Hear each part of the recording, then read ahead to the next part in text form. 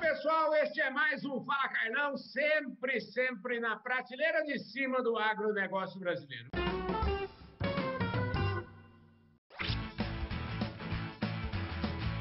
Meu convidado de hoje é o professor Maurício Palma Nogueira. Ele é uma entidade da pecuária brasileira, um homem que reflete sobre o assunto e sobre o tema há muitos anos, profundo conhecedor do negócio pecuária. Ele é o coordenador, ele é o idealizador do Rally da Pecuária.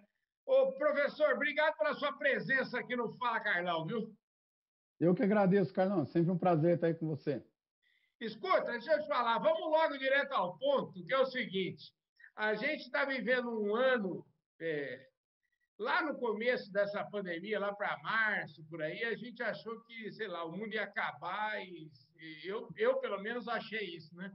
Aí, de repente, o mundo nem acabou, e, ao contrário, a pecuária parece que foi assim, um negócio alucinante, o crescimento. Tem essa história de que o mundo está mudando, quer dizer, a história de consumo está saindo muito mais para, vamos dizer, se os nossos clientes estão indo para a Ásia, a Ásia está virando nossos clientes, a gente tem que ir para lá. Eu queria queria ouvir a sua reflexão sobre 2020, o que passou na sua cabeça lá no início dessa pandemia, enfim, o que você pensava, o que você aprendeu nesse ano, professor? Eu gosto muito de uma frase que o Marcos Fava tem falado, que se em 2019 alguém falasse que aconteceu o que aconteceu em 2020, ia preso, né? Ia para o hospício. Então, quando começou, claro, por isso que eu gosto muito de escrever e falar, né? Isso aí está lá escrito para quem quiser provar, né? Se eu não estou agora querendo fazer graça com o que não foi falado. Eu achava que a gente ia vender mais carne. Eu acreditava que o preço do boi ia ser maior, né? E eu tinha uma preocupação no começo da pandemia, que era logística. Então, eu tinha medo de ter um gargalo logístico e a gente não conseguir vender na soma das carnes o que seria demandado, né? Conseguimos. Então, essa preocupação não se confirmou e a gente tirou daqui do Brasil o que tinha que tirar de carne, né? E principalmente bovinocultura, né? Mais ainda suinocultura, aumentou muito aí o resultado no ano, em cima de problemas que paramos de falar, né? Porque a pandemia foi tão opressora, né, em termos de conteúdo, de discussão, de debate, de imprensa, que a gente esqueceu da peste suína, que aconteceu em 2018, 2019, né? E dizimou grande parte aí do rebanho, diminuiu a disponibilidade de carne. Tanto é que no meio do ano, Carlão, tem estudos falando que o consumo de carne está caindo. Não, está caindo porque não tem. Né? Nós tiramos carne do povo, né? Não tem. Né? A quantidade de disponibilidade de proteína para o chinês, por exemplo, caiu 15%. E aí, Carlão, respondendo a tua pergunta, o PIB para o chinês vai subir 3,5%. Né? Era previsto 8% de aumento no PIB em outubro de 2019, caiu para 1 e alguma coisa de aumento. Quer dizer, a economia da China nunca foi projetada a queda, mesmo com o Covid. Né? E agora a projeção é de 3,5% de aumento, né? A última do FMI. Então, realmente está mudando esse eixo de proteína, porque o lugar onde o mundo mais cresce em pessoas e mais cresce em renda per capita. Então, uma comparação excelente que você fez entre China e Índia. Né? A China, em 10 anos, aumentou em 10 vezes o PIB per capita, Carlão. Em 2020, nós vamos fechar a exportação com mais que o dobro do que o segundo colocado no ranking. Então, nós estamos tendo uma presença na exportação de carne bovina muito grande. Né? E nas outras proteínas também. É a primeira vez que o Brasil vai ser o primeiro no ranking em carne bovina, suína e de frango. Né? E a tendência nossa é exportar cada vez mais. Todo mundo que projetava alta de preço para esse ano errou feio. Né? A gente mesmo projetava que o preço médio de 2020 seria 20% maior do que 2019. Estamos fechando aí com 40% acima do preço de 2019. Então, é um patamar de preço, Carlão, que a gente não esperava atingir. Né? E aí tem vários outros fatores que a gente precisa analisar, inclusive de mercado interno, de demanda interna e assim por diante. Você fosse, como é que fala, um super, hiper, mega empresário e pudesse começar agora, falar assim, quero comprar vaca Nelore para produzir carne, né? Então, assim, imagina como é que você faria? Assim, você tacava a bota, porque você acha que daqui 5, isso não tem volta? Vai continuar Não, crescendo cada vez mais? não tem volta, Carlão. Que é outra coisa que a gente aprendeu com a pandemia. O ser humano vai atrás de carne. Não adianta a gente ficar com essas estatísticas. é, que o consumo, que não sei o que está aumentando, o consumo do vegano. Claro que está aumentando, né? Tem pouco. Tem um, aí outro começa a comer 100% de aumento. Né? Então é uma base pequena, né? E vai, tem 375 milhões. A maioria está na Índia, que é uma questão religiosa. Então, a demanda é muito grande. E vem essa questão da própria pandemia ser criada num ambiente, né?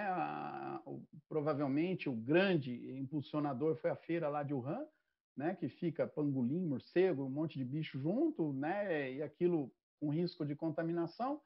E aí um número que veio que começou a ser divulgado até nos artigos do Marcos Junk, falando que 800 milhões de pessoas todo dia comem algum animal silvestre.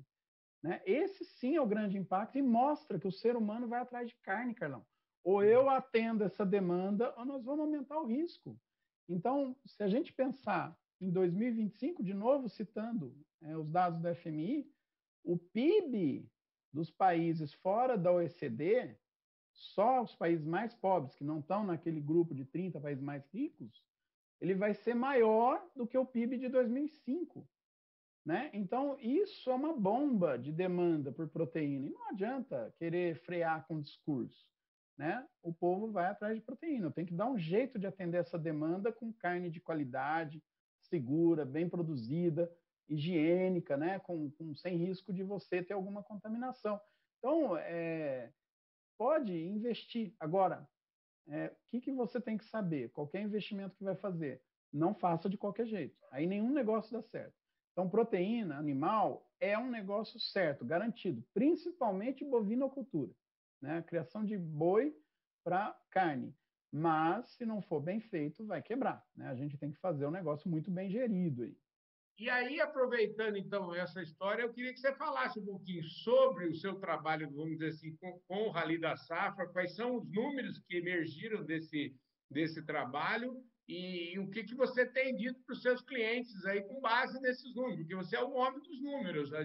Eu quero saber o seguinte: você está mandando o cara sentar a bota, mas fazer direito, né? Precisa cada vez mais de capital e conhecimento, né? Tem que fazer direito, e para você subir um nível tecnológico, né, Carlão, tem investimento, né? Uhum. E até tem vários estudos muito interessantes. Muita gente sempre me confronta com esses estudos, falando que são contraditórios. Não são. Né? Eles estão chegando aos mesmos números que a gente chega, só que a gente tem uma forma de avaliar diferente deles, né? E eles pegam o caso real. O que eles pegam? Justamente a dificuldade de administrar níveis tecnológicos mais altos. Né? Quanto mais sofisticada é a tua fazenda, mais exigente é a gestão. Então, se fizer errado, aí não vai dar certo. Né? E lá no Rally da Pecuária, o que são o grande número que a gente é capaz de gerar, que eu acho interessantíssimo. Quando a gente começou o projeto lá atrás, Carlão, a gente achava que a gente ia conseguir diagnosticar a pecuária. Né? Era uma pretensão, um sonho. Né? Olha, nós vamos... Não consegue. Né? A gente chegar no produtor mediano, ele nem consegue dar informação para a gente. Nós não temos orçamento, não temos tempo, não temos capacidade para isso, porque a gente não consegue tirar essa informação. Mas a gente começou a identificar tendências. E para quem toma a decisão, a tendência é mais importante que um diagnóstico. Ele tem que fazer o diagnóstico da atividade dele e enxergar a tendência do que está acontecendo no mercado. E aí é um número que eu acho fantástico, né? Aliás, dois, Carlão. Vou falar um que a gente tem usado bastante para discutir aí na sustentabilidade.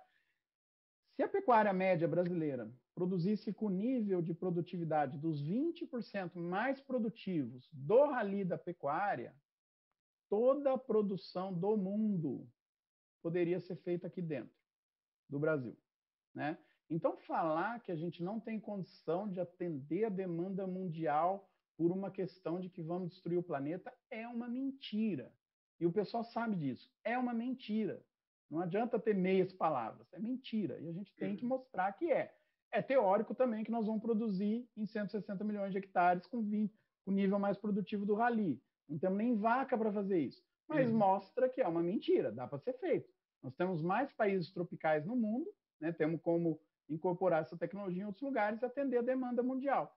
Né? E o outro número extremamente valioso para a informação do produtor é que em 2019 nós tivemos esse mesmo perfil de produtores, 20% mais produtivos, eles estavam ocupando 9% da área, Carlão.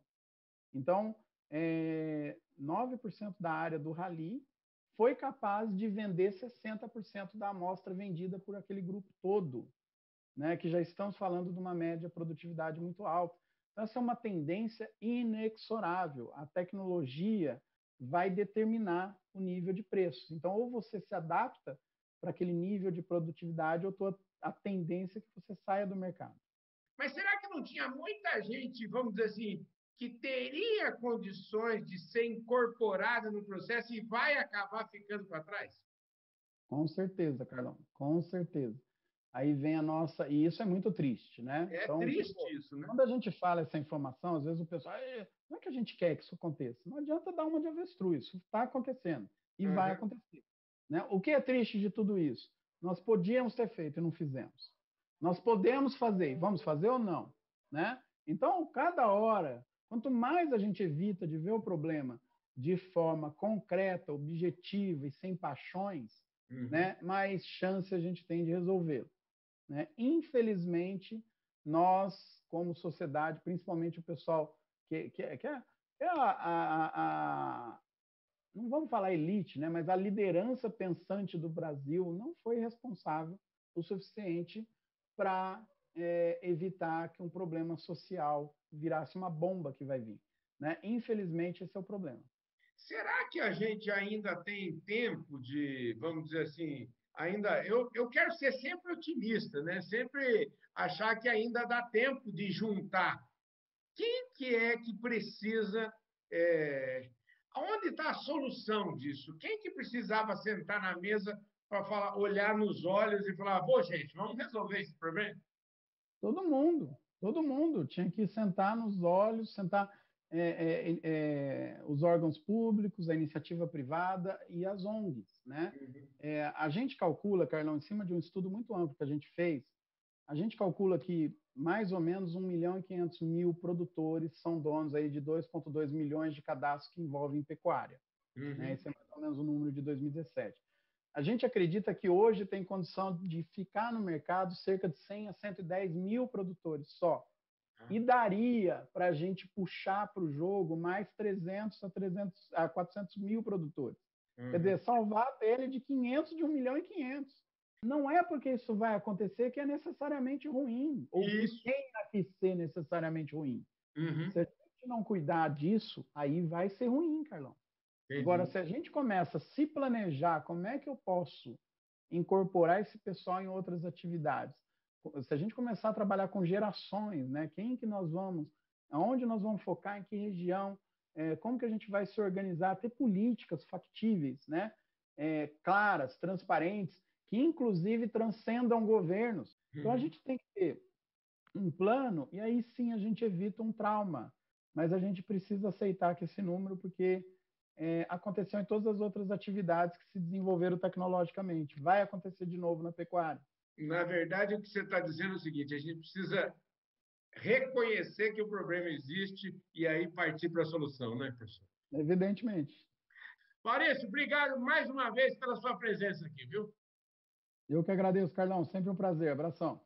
É isso aí, gente. Esse foi mais um Fala Carlão na prateleira de cima. Eu vejo todos vocês no nosso próximo programa. Valeu!